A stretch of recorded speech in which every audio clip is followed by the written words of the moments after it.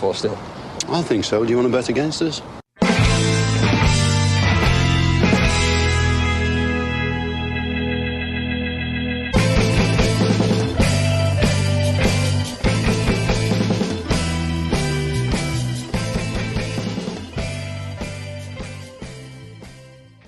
So it's Hello, everybody, and welcome to Fettle Love of Paul McGrath podcast. I hope I haven't broken the internet because I'm not 100% sure what I'm doing with this new streaming software. It may look very similar to what you guys may see previously, but it ain't. Okay, anyway, that's less of this and less of the panic for me and more of the how are you guys doing, because what we are going to do today is we're going to have I suppose I look forward towards the Carabao Cup game against Manchester United, but also you guys know I've got him on. And this time we do have a stable connection, and that is Paddy is here, and he's going to be chatting to us as well. So, Paddy, how are things with you? Do you see that? See that lovely fancy little transition that happened there? I don't know if anyone else see that. It flipped upwards, flipped around. You know. Neil, I don't know what you do. Like I get used to one system and then you switch it over. I change it all up in you. Yeah, you know that I'm too old for this crack now. That's it. And I'm too old for this crack as well. Yeah. But yeah, Paddy. Look, I suppose we've got a deja vu podcast. We have Manchester United again on Thursday night. I hope it is deja vu. Yeah, that's it. Yeah. I wouldn't mind seeing Luca Dean Penguin in 11 minutes again. That would be fantastic. But we do have Man United again on Thursday night. But before we get into that, let's bask in the glory and the nostalgia of the day of last Sunday as well. I know I had you in the whole suite. We only got precious few words from you because of the connection, and I couldn't really hear you. So talk to me about the atmosphere at the game. What did you see? What did you what was the atmosphere? Because I'll be honest with you, even though you said it, I couldn't really hear you. All right. Well, I suppose, after 27 years, there was always that apprehension from the start. And in fairness to the crowd, I think from the word go, they got behind the team, they got behind the manager, they were singing his name very early. For me, I honestly, other than playoff semi-finals getting to Wembley, I don't remember an atmosphere like it. I thought it was incredible. I thought it really was. And after watching the whole game back there, as I said to you before we come on, that didn't come across the same as it did the day I sat there on Sunday. And that's hard to explain, because a lot of people say, normally when I look back I go, geez, that sounded a bit different to what I remember. And that's usually because I've had 10 points. But I didn't have any points. So, it was a strange day, because, even at 3-1 up and 6 minutes injury time flashing up on the screen, that you're going, oh shit, that's still enough time for them to score 2 goals. Even though it never felt like it was any danger from the moment we scored the third one. But it's always a worry with Man United. So there was always that little bit of apprehension, but I thought just the atmosphere and the occasion and the end, and if ever there was a time for don't look back in anger, it was then, and they didn't use it, but they didn't go into Sweet Caroline, thankfully. So it was good. It was good. I enjoyed it. It was just a pinch me moment then waking up Monday morning, because I didn't get home till 3 o'clock at night. 3 o'clock in the morning, I should say. So to be up for work and you're going, did that actually happen? Yeah. You've got that long drive when you get off the flight, and it's just, it was a lot easier to do that drive at 1 o'clock in the morning than it usually is. So I loved it. I loved every minute of the day. I met so many good people. I met so many people come up and say, oh, are you Paddy from the podcast? Lovely to meet you. And it's brilliant. It really is so nice. Yeah. And I've had so many messages and photos from fellas since I came back to say thanks very much for stopping for chats and what have you. And I can safely say it's the one day that I stopped the most times to talk to people. So and even after we went off air in the whole pub, a guy was sitting across the table, was watching, and he goes, this is really weird, he said, because I'm usually watching this at home. And he says, no, I'm watching you across the table doing the podcast. So I'm sorry if I was really quiet in the whole pub. I didn't want to look like a pompous fool recording a podcast in the whole pub, but I just, it was starting to rain. I couldn't get any coverage. I was, it was cold. So it was the best place to come on and do a few minutes. So we got in there eventually. But yeah, so exciting times ahead. That's the only way I can look at it. Having said that, I wouldn't be one bit surprised if we went out and got beaten on Thursday. But you know, I think I'll take Yeah. Sunday for getting beaten on Thursday. Although I'm hoping we don't, obviously. Yeah. And look, I'm the same as I say. You know, we did that kind of a poll, well, albeit an unofficial poll in the comments previously, and we were kind of asking what would we prefer to win on Sunday or to win on the Thursday. And now as I say that, I'm thinking, did I do that? Was I involved in that in this podcast? Because I did about 94,500 podcasts before the game on Sunday. But actually, I think I've done about 3 podcasts a day between when Stephen Gerrard got sacked and Sunday. And I was even on 2 other podcasts as well today. So they all roll into one. They're all brilliant, by the way. And everybody who takes the time to do them and ask me to go on, I do appreciate it. But I remember the question being asked of would I prefer to win on Sunday or prefer to win on Thursday? And the obvious answer was you want to win both. You want to get something from both. But Yeah. I kind of said, you know what? I would be more hopeful that we would get a win in the cup, but now that we've got the win on Sunday, I want to win on Thursday as well, and I don't see any reason why we shouldn't go out there and Everybody try and does. get it. And you know what? I was always of the opinion that a win on Sunday was more important. And the reason for that being our league position and the fact that we go into that, the last thing you want to do is to go into that World Cup break being in the bottom 3. And I think it's virtually impossible now that I think all the teams below us and some of them play each other would need to win. So I think it's virtually impossible that we go into the bottom 3. So yeah, it was definitely the most important one to win. And then, you know, it's the knock-on effect of being in the bottom 3. You're going into the bottom 3 at Christmas. You've got to play Liverpool and Spurs directly after, and Wolves, who will be out to get us and will be in around us. So I felt it was really important to get that win on Sunday. Obviously, very important to get the win on the following Sunday too, because he's going to bring in a couple of bodies. I'm absolutely sure of that. He's going to bring in a couple of bodies in January. So it was important for us to be an attractive outfit. And the amazing thing is, we now sit 8 points behind Man United in 5th place. We're also only 5 points off the bottom team. Yeah. So that just shows you how congested that Premier League is, and the amazing thing that you could do with a couple of wins. So to get the win on Sunday was absolutely incredible. I find it hard to put into words. I can't even slag any Man United fans because I know it could bite me on the arse again on Thursday. But Sunday was very important. It was very important, I felt, for the club going forward, and to wait 27 years and to listen there. I just watched the game back for the first time because I was so tired yesterday I couldn't.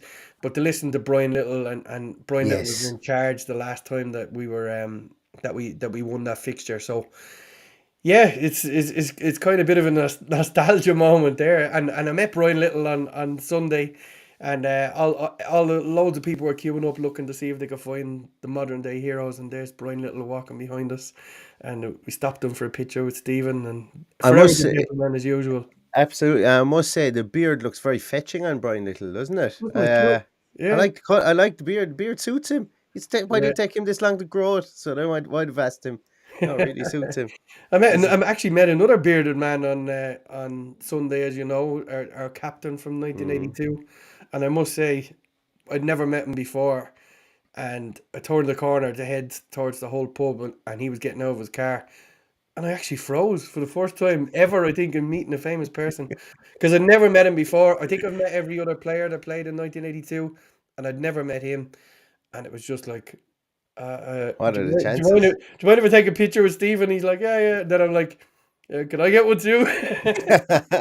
You Yeah, know, so it's like push the gun out or push your son out in front of the car first and then you can cross the road kind of a job, is it? something like that, yeah. So I think all round it was just a magical day. It really was. It was incredible. I can't put it into words.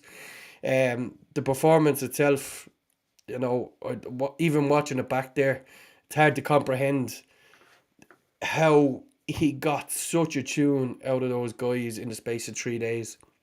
Because to look at the formulas that he put together, and even the ones that went unnoticed, the Dendonker ones, the Buendia ones, dropping back into that 8 position to pick up the ball, to make that triangle. It was just a really, really good watch. I just cannot, like, I find it very hard to watch a match back. I had to watch that one back. And I enjoyed every minute of it. I really Yeah, did, because all the things I thought I saw on Sunday, I saw. And it yeah. was just, to see those fullbacks have so much time on the ball, more Luca Dean than Matty Cash, in fairness, because the ball went to Mings more often from the kick out. Um, so yeah, it was really good to watch. It was really good to watch it back. It was really good to watch the work rate of all of the players on the pitch. There's very few players, or if any, that you can fault their work rate from Sunday. It was a really, really special performance, and it was a pleasure to be there to see it. It really was. It's just magic. And if this is a sign of things to come, if that's what he can do in 3 or 4 days, as I said on Sunday, I'm really looking forward to seeing what he can do in the future. And there will be bad days, and Thursday could be a bad day. Hmm. And we've got to look at the long term, and not be too down with what happens between now and this time next year, because there's a lot that can go wrong. So Absolutely. we've a long way to go. It was a great start, but by God, am I impressed with what I've seen so far. Paddy, see, guys here? I give him the clue what Paddy can see on the screen and what he can't see on the screen. So Okay. I'm flashing up a comment here from Dear McBurn, Paddy. And man, you know very well. He asked, "Is Den Donker? Den Donker is a far better 6, in my opinion, than McGinn. He's competing with Ramsey now. And what are your thoughts? I suppose I think that's what are your thoughts on McGinn not being started? And do you think it was a horses for courses position at the weekend? I personally think it was, and I think that John McGinn probably gets a start on Thursday. But I don't think that there'll be wholesale changes. I think he'd be smart with who he brings in. He'll bring in players, and he will definitely bring in players. But I think he'd be smart with who he brings in. But what do you feel, Paddy? Well, I think Thursday's a strange one. I think if we were playing even a championship team, we'd see wholesale changes. But we're playing a Man United team who are having a bad week.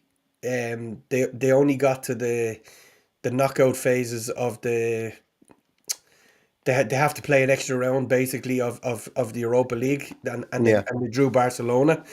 Then they get beaten by us, and now they've got to play us again on Thursday. And I think they've another tough fixture at the weekend as well. So I envisage they're going to put out a decent enough team, because they'll want to stop the rod after losing to us, and they'll want a bit of revenge, I would imagine. So I would imagine we'd see near enough the same team. We will see a couple of changes. I'd imagine he'll probably rest Luca Dean after pulling up a cramp at the weekend. He'll want him for Brighton. He might play Ashley Young. Other than that, I don't know. I don't know if he mixes it up. I don't know if he brings McGinn in. The one change he does have to make is Den Donker, because Den Donker is now cup tied, isn't he? most likely. Yeah, most likely. So Den Donker and Bednarak can't play. So those two will have to be replaced in one way or other. So that's where we see the changes come in. Um, Yeah, AVFC Stato has a statistic up there as well that says Aston Villa have beaten Manchester United in their last 2 League Cup third round ties in 1992 and in 1999, Paddy. I, Yeah. it's a funny one whenever Villa draw against United in any game, in any cup game at all, but even specifically in the League Cup. Who's the first person that comes to mind for you, Paddy? When they draw Man United in the Yeah, league. so like when it gets drawn when they get drawn out of the pot together, it's Aston Villa versus United in a cup game. Who's the first person that comes to mind for you? Paul Scholes. Why? Why? Yeah.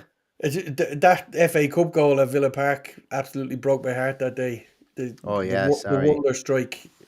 Um, it's just, I just have, you grow up in Ireland. If you don't support Man United, you hate Man United. I think it's the same in England as well.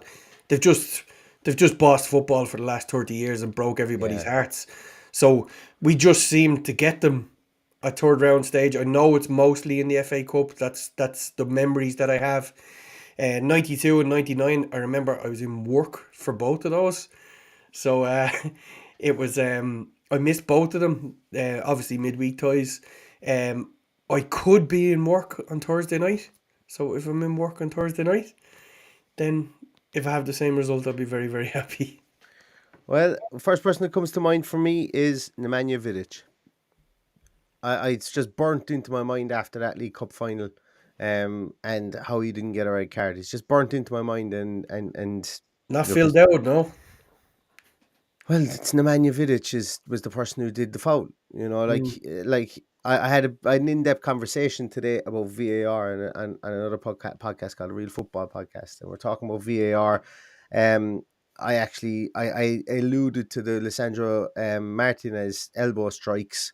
It's like something on UFC that went unpunished, but the big thing was that they were talking about the Trent Alexander-Arnold and blah blah. Anyway, that kind of thing, and I was kind of saying that um, there was also a situation. I think it was Anthony. No, was it?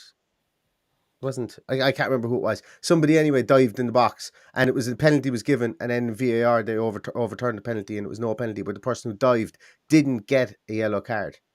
Um, and we were talking about why that should happen and why it shouldn't happen, and what my feelings were on it. And I think he should have got a yellow card because at the moment and it's an attacker. So it wasn't like that back in the day. A defender could do what he wanted to an attacker and hope he got away with it. If he didn't get Yeah. away with it, it was going to be a penalty. If he got away with it, it was brilliant. And Vidic did that. So with a red card situation, Vidic did that. Whereas when an attacker dives in the box, if it's found that he was a dive and it wasn't a foul, he should be yellow carded at that stage because it takes the impetus off them trying to get away with it, if that makes sense.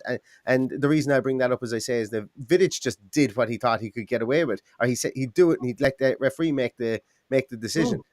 The referee made the decision and he made the wrong one, and that completely changed the outcome of And that game. that's why it sticks. That's why Phil Dowd is what sticks out Yeah. for me, because I was sat behind that goal in premium level amongst thousands upon thousands of Man United fans, and I was absolutely raged. Is not the word, and I just saw coward. And that's the minute I see Yeah. Phil Dowd on anything, I see coward. That man was afraid of Alex Ferguson. That man was afraid of Man United throughout his whole career. And if he came on our podcast, I would tell him that to his face because that's the only way I'm ever going to meet him. But I have a complete dislike of Phil Dowd, and I have a complete dislike of every referee. I have a complete dislike of Anthony Taylor after the weekend because I thought he was It was absolutely rubbish. Yeah. I thought it was pathetic. rubbish. It was the worst display of a referee for a game we've ever won. No, If that makes sense. that's a statement in itself, Paddy. Because Yeah. usually we don't have the mental fortitude to battle through it. But Exactly. thank God we did it the weekend. But like he very nearly ruined that second half. Every 50-50, he gave them everything. The ironic cheers when he eventually did have to give us a free kick was just baffling. Martinez, how that guy stayed on the pitch, let alone didn't pick up a yellow card. Like he went straight through the back of Bailey after a few minutes and got away with it. Yeah. He pushed Watkins over the end line shortly after that. He had 2 elbows or 3 elbows on Bailey, The 3 elbows. Yeah. despite the fact of the trajectory of his body was malicious in that. That's not shielding the ball out of play. That's playing the man. And the linesman, it slowed it down there to tell you, the linesman looking away from it when the contact is actually made, which is pathetic in itself. And then Samson come on and he cynically upended him and nothing again. So don't tell me that they're still not protecting Man United or they're still not afraid of Man United. They absolutely are. And they're rubbish. They're absolutely pathetic. Douglas Luiz absolutely cleaned out of it, landed on the ball, and then done for handball. Yeah. The mind boggles to who thinks what these guys are doing is right. And I promised myself I wouldn't get into a negative rant about it, but he deserves it. He absolutely deserves it. But you know what? I feel a whole lot better when we win when we have to put up with that. Against adversity. But my fear on Thursday is I doubt there will be VAR at this stage of the competition. I tried to look it up today to work it out.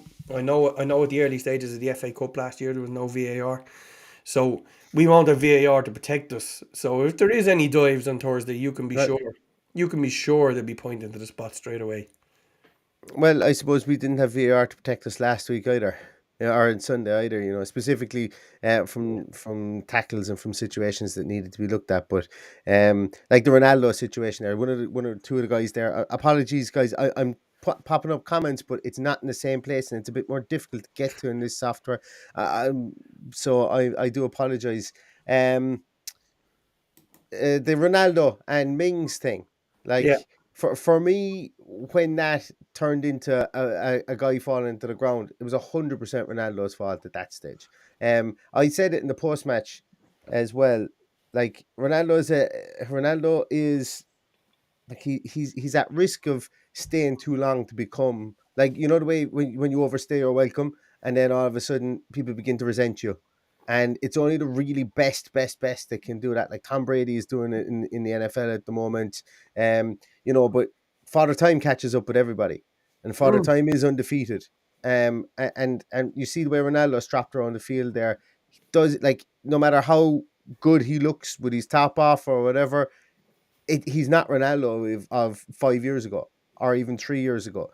And when the goals dry up, he starts to blame everyone but himself. And look, I feel sorry for him in a way, because when you start to do that, or when you start to not realize that you aren't the guy that you were 20, 30, or sorry, 3 to 5 years ago, and you start trying to cheat Mother Nature and Father Time, and you can't come to terms with it. It kind of, and it happens, people. It happens sports stars that they can't come to terms with that, and it can be a small bit. It can be a small bit. I feel sorry for people that happens to at times, and I Mm. felt sorry for him in this game just for the singular point. No, I don't feel sorry for him that he couldn't score, but little things like that where he tries to do this pantomime villain stuff to try and g himself up and g up the team, but you can see that the team are looking at him going, "You clown, will you stop?" You know, Yeah. like what kind of Mickey acting are you going to do today? It's going to upset us, as opposed to you think you're being the leader in the team. So his star is diminishing from a leadership point of view, and it's certainly not there if he isn't scoring goals. Now, saying that, I fully expect him to start on Thursday night, and I wouldn't put it behind him to score a goal or two. But what I'm saying is that when he's not scoring goals, the leadership piece for him is non-existent anymore.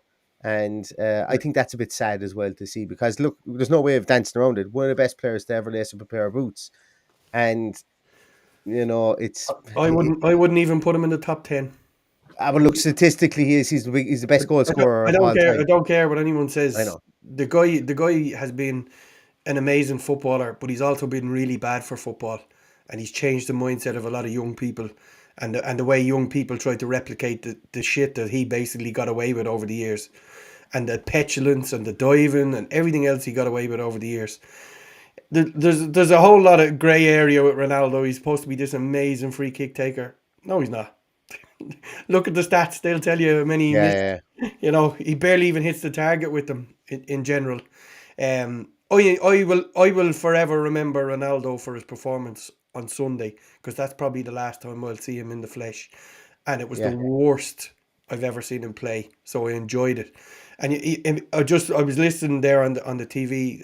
I know on the whole end when it sounded like they were booing him, but what they're actually, everyone on the whole end when he was blazing Sue. them over the bar was Yeah, Sue. yeah, yeah, yeah, So I enjoyed that too. There's a couple of chants about him that I wouldn't repeat as well. yeah. But the one I enjoyed the most was he's gonna cry in a minute. He did look That, like he was going to cry that's at times. exactly how it looked. Yeah, Yeah, that's 100% how it looked, that he was gonna cry.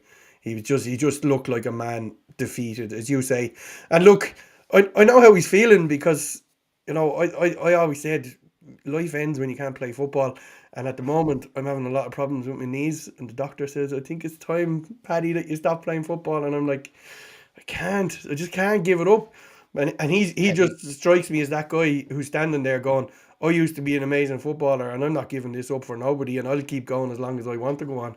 But he's finished. He's finished. And give then, up the as you football. rightly say, he will score on Thursday. Give up the football and learn all about video production there, Paddy, so that I don't have to do it, will you? Because yeah, I'm finding tonight's stream tough. If I was an octopus, I think I'd still be trying to find it tough. Trying to find where everything I need to click on is. It's certainly not as easy a piece of software as StreamYard was. And God bless StreamYard. I won't say a bad word about it. You could be But going back to them very quickly. well, there was never anything wrong with it. The only thing was I just wanted to try and make. I sometimes don't like customize, or I don't like when you can't customize things, and yeah, as I say, we'll have another crack at it, and we've the World Cup anyway, so we can try things out during then. And we're not going anywhere during the World Cup as well, by the way, everybody. Do not worry. When you think there's nothing to be podcasting about, that's where my brain goes into overdrive. May not like all the podcasts I do, but we won't be going anywhere. So if you're ever stuck and lonely on a Tuesday night at 9:30 during the World Cup, you can always come in here for a big hug from Uncle Neil. As creepy and all as that sounds. Neil, I have some news. So some You good do news have and some news. Just about to throw it over to you. good news and some bad news. The good news is we have some new merch on sale on our website. The bad news is, unfortunately, it's only available in the UK, and the reason for that will become apparent in about 10 seconds. So, Kevin Barry, who is, Kevin Barry Adams Crystal, who is based in Birmingham, has made these with the Love of Paul McGrath pint glasses. Take a big swig out of that there, Paddy, and I think we'll be able to see the logo a small bit better. Yeah, I think you can see it there. It's a sandblasted, embossed glass with the logo, for the Love of Paul McGrath logo. It's slightly more than a pint. The glass holds as well. I'm making up stuff here about the glass. There's only so much you can say about it. No, it only holds a pint, Neil. No, well, is it a pint or is it 500 milliliters? Because that makes a big difference. If it's a pint, it's 454, isn't that right? And 500 milliliters is slightly more than a pint. Either way, Christmas is coming. Yeah. For the Love of Paul McGrath pint glass is available. You do have the option to have a name inscribed there. We will share later. We did a test run and we sent it to our old friend Kieran O'Callaghan, and we will share on social media later on a picture of Kieran's with his name underneath. And I bumped into Kieran outside the Hull Suite on Sunday. He had a worse hangover than you had. So so his glass got there in one piece. Obviously, that's the unfortunate thing, is getting these shipped to Ireland is worrying about them breaking and worrying about the expense of it. So what we might try and do before Christmas is get Kevin to send a box of them over, and we'll try and ship them internally here. But no promises on that just yet. And getting them fully worldwide, it becomes even more difficult because here in Ireland, when you're sending glassware and stuff like that outside of the country, you have to insure it, and just the price spirals at that stage. And you know, we don't want anybody. We don't want to put up something that's going to cost like 40 quid for 1 pint glass or something when you include postage and insurance. And that's why, and as I say, we'd love to be able to post stuff like that worldwide. And if anybody knows of anywhere that we can maybe get drop shipping or something like that, hit me up in the DMs for sure, because I'd be mad to explore it. But Kevin is, as Paddy knows Kevin for how long? 10 years? Many years. More years than I care to remember. Exactly, yeah.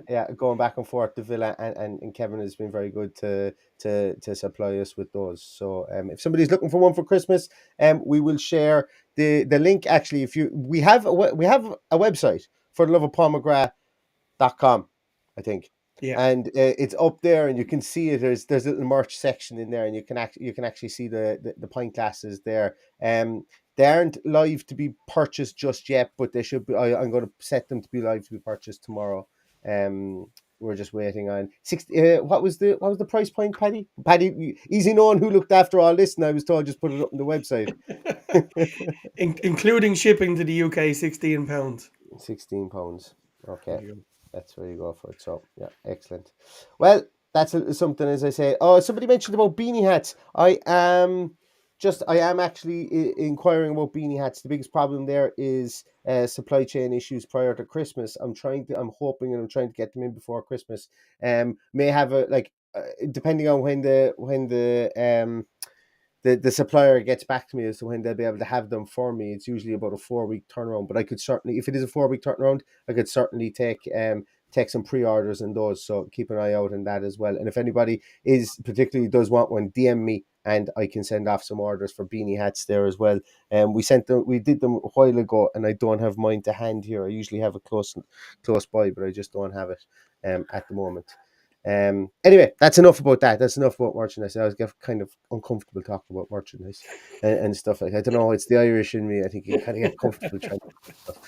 But what I'm not uncomfortable about trying to hawk is, guys, I just have this vainglorious target of trying to get to 5,000 subscribers on YouTube before Christmas. It would be great. We're on about 4219 at the moment. So if you think of anybody, like, rob someone's phone. Just if you rob it, subscribe and give them back their phone. There's Yeah. going to be no Don't keep cards the involved. phone though. Don't keep the phone. Take the phone, force them to put their fingerprint on it so the phone opens up, hit subscribe on YouTube, and then hand it back to them and let them go about their day.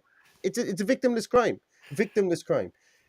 So I'm expecting to hear spates of that going around the Birmingham area over the next week or so. It'd just be cool. I just think it'd be nice. Nice round number. That's what's wrong with me. I like the round numbers. But Paddy, getting back to the match anyway, there was another question I had to ask. I had to ask you there. Do you know of anyone who's going to the game? I know a few people going to the game, yeah. Yeah, because it would be interesting. I'd love to get their take on it. I'd love to get their opinion on it, on what it's like going to the theatre of protests. Is that what they want to call it now? The theatre of protests? Because, as I say, they don't like. I've done a couple of Manchester United podcasts. They're really sound guys, I must say. When I've in the podcasts I've done last week. But they did say that the fan base is very split. Some are willing to give it time. Some of them want to burn the place down and rebuild a new club again. And I was kind of saying, but United and Manchester have already done that. So we gotta come up. We can't just keep on creating new teams. But it'd be just very interesting to see what way the atmosphere will be. I'm sure the atmosphere will be fantastic. It'd be fantastic there to start the game. It's going to be a bit different because I think so. we've got 8,000 tickets, which is Yeah, incredible. ball of tickets, Yeah. absolute load of tickets. I'm hoping that's something that United are going to Mark is regret there. because it's Midnight Mark is there. Midnight Mark is there, yeah. I can actually read that one. Oh, did you? Oh, it was you couldn't read the other ones because of your eyesight, is I it? don't know. I'm just I didn't see. I just noticed that it's there now. Yeah. Look, I stopped going to United away because it was just years of heartache and never seen them win there, and it's a dilapidated old place. It's not the most pleasant place to go and visit. Yeah. And I never found any character. I never found any atmosphere. It's just a place I never warmed to. I suppose just poor performances and poor results and being robbed is just what I remember about Old Trafford, So Yeah. I just don't have any desire to go there for an away game. So plus I like to go to new places now and try new places. So absolutely. No, as I say, it would be interesting to hear back from people who are going. That would James Cartwright is going as well. So guys, when we do have our post match, if you guys are walking through the streets of Manchester, number one, stay safe on a Thursday night in Manchester, Thursday night in anywhere, and especially now that the clocks are gone back and it's dark at night. Stay safe anyway when you're getting home. But if you were to pop on and just leave a comment, let us know how you guys felt the atmosphere was. Obviously, it's going to be fantastic if we've won 3-1 again, and I hope to all of the gods that we do. But I suppose really they're very much, in fairness to Manchester United and to teams that win an awful lot like that, they're really good at compartmentalizing, and they will support like mad when they're winning, and then they won't support like mad when they're not. So it's very much a kind of a roller coaster situation, and back and forth emotionally. So I just find that would be interesting. And look, we're going there from a position of strength as well. Like, how many times do we get to have that deja vu match going into the second game, specifically against Manchester United, having broken a 23-year streak? I just think it would be a nice occasion. As I say, hopefully Aston Villa can go there and they can win, and they can win well again and really put down a marker, because a lot of people are talking about Aston Villa now as if, oh, where did this come from? And like, I'm talking about it a lot, saying, where did this come from? Because I didn't expect it. But Unai Emery's no mug, and the stranger things that have happened than going on 13-game unbeaten runs when you get a new manager. Just look at Newcastle United. Look, I'd be happy with a 3 or 4 wins out of the next 5 or 6, as opposed to 13 games. Would be off the scales. But just a quick word on the manager himself. It was refreshing to watch him. He's basically the conductor of the orchestra. He's incredible. He's so hands-on. It's absolutely incredible. We saw Austin McPhee step forward a couple of times during the game when there was an injury and players came forward. Then we saw other coaches come off the bench. But I also want to give a shout out to Austin McPhee, because I heard today that Austin McPhee wrote to the Referees Association because he did some science that the referees weren't pacing out the full 10 yards. Interesting. All of a sudden this weekend, Wait a minute. Sorry, I was only okay. Full transparency there. I was about 75% listening because I was trying something new and the software there. And you guys, it didn't pay. They weren't pacing out the full yards. they weren't in no game. I think Jesus. the average was 8.8 yards or something. So nobody was getting their full 10 yards. So this weekend apparently they were pacing out the 10 yards. Even United, if you saw the free kick that Ronaldo hammered into the wall looked miles away than it normally did. Yeah. And the same goes for Luca Dean, who scored a goal from it. So these guys aren't obviously dishing out the full 10 yards because they're too busy putting their shaving foam back into their pockets and sorting all that crap out. Telling people the rules about what they can and can't do, all that stuff, and forget what they're supposed to be doing themselves. So Austin McPhee apparently did the science because Stephen Gerrard was giving out to him, going, "You do all this work on the training ground. We can't get the ball over the wall.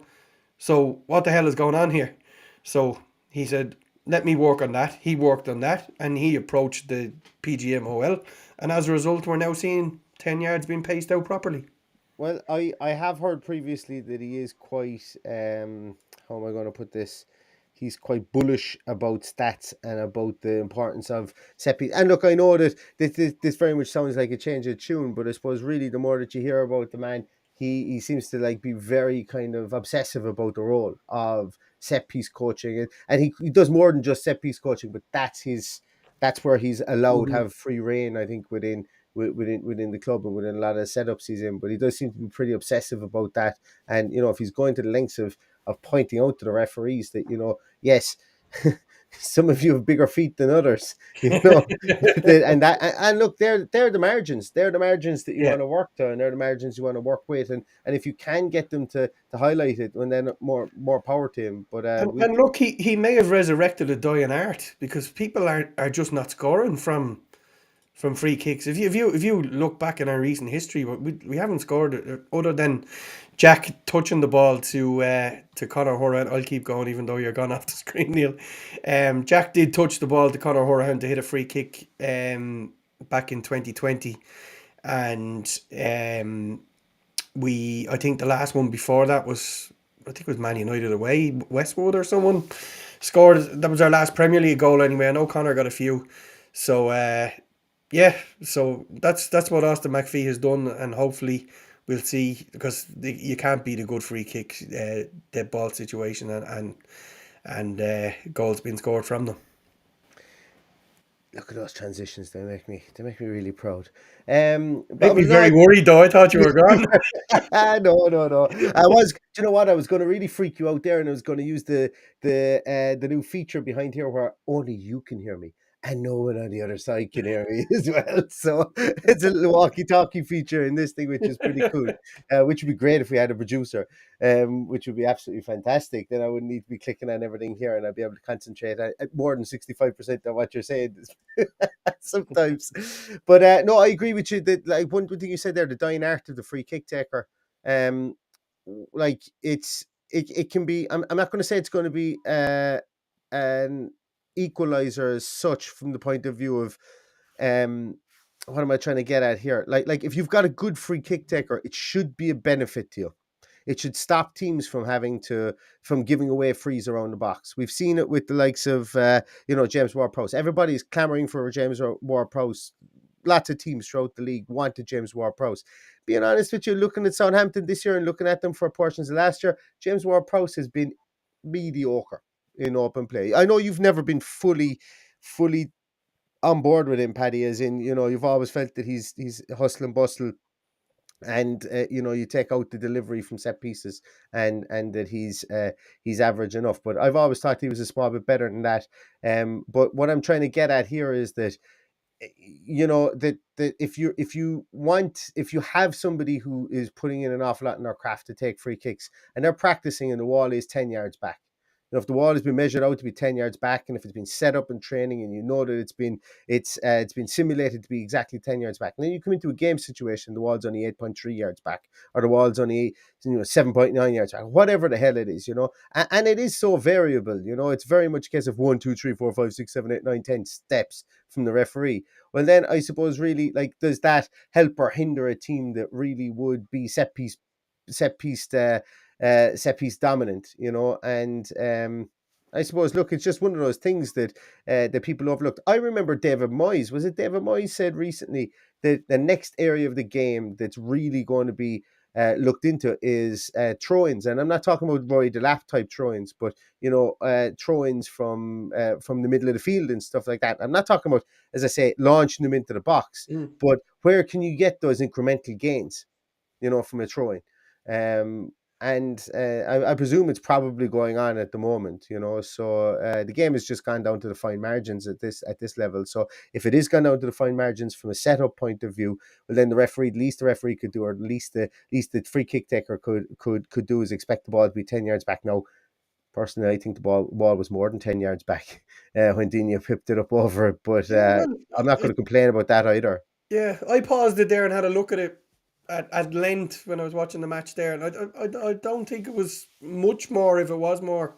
And Ronaldo's free kick was certainly the same distance between him and the wall when it came to it in the second half, the one he hit into the wall. So what's good for the goose is good for the gander, but it'll cut down those cynical fouls in front of the box if people are aware that this, I would imagine, I never realised it, you never realised it, but this has obviously been going on for a while. So the players may realise it's been harder to get it up and down over the wall.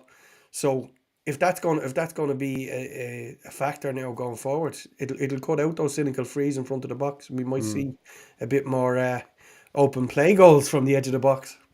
Yeah. Well, as Nick Hemming says here that Mark Albridge was complaining of 12 yards for that free kick. Well, then check out the United Stand. Is that what his podcast is? And we'll see. We will check that out. We will see if he is. That's not like Mark Albridge to be complaining about anything. No, it's not. It's not. Indeed, it's not.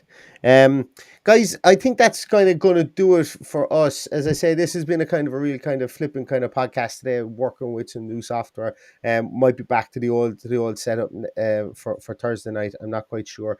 We'll have a team sheet tantrum on Thursday night, which will be at I can 10 never to 7? remember.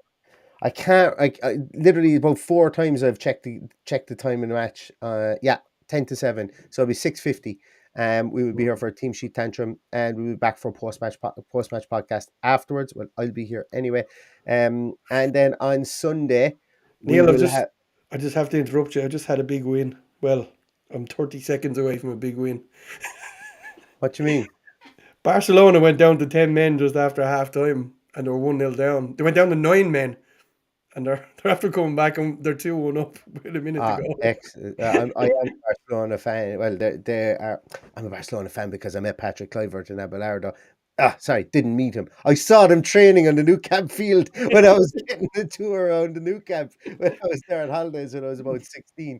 And I remember when I came home, I had the coolest Barcelona backpack that you've ever seen. And I'm just thinking about it now. I'm going to be down at my parents' house on Friday. I might go up into the attic and see if I can break that out again, because it was just the bee's knees. And I'd have no problem wearing it around the place right now. 21 years on it. I have absolutely no problem with it. So we will actually be back. So team sheet tantrum and post-match on Thursday, 2 days' time. Sunday, team sheet tantrum. At the moment, I'm at a wedding on Saturday, and I'm traveling 4 hours back home, so I'm hoping to get back into do a team sheet tantrum at some stage. It might be an abridged one, it might be a shorter one. I will also be on the move Sunday because I'm heading to see the mighty Shelbourne play in the the Irish FA Cup final for the English people who are.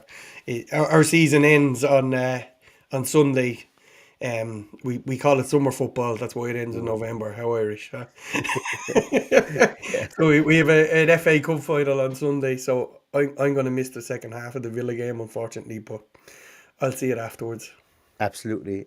Yeah. So Sunday we'll try and get a team sheet tantrum in there. Probably won't get a post match in on Sunday, but we'll keep you all up to date on Twitter. If you're not subscribed, if you don't give this a thumbs up, I won't take any less of you, but I'd really like if you did give us a thumbs up and subscribe to the podcast. The glasses as well. Keep an eye out on Twitter. If you're not following on Twitter, we'll put up a link for the glasses on Twitter tomorrow once I finally formalize them on the website.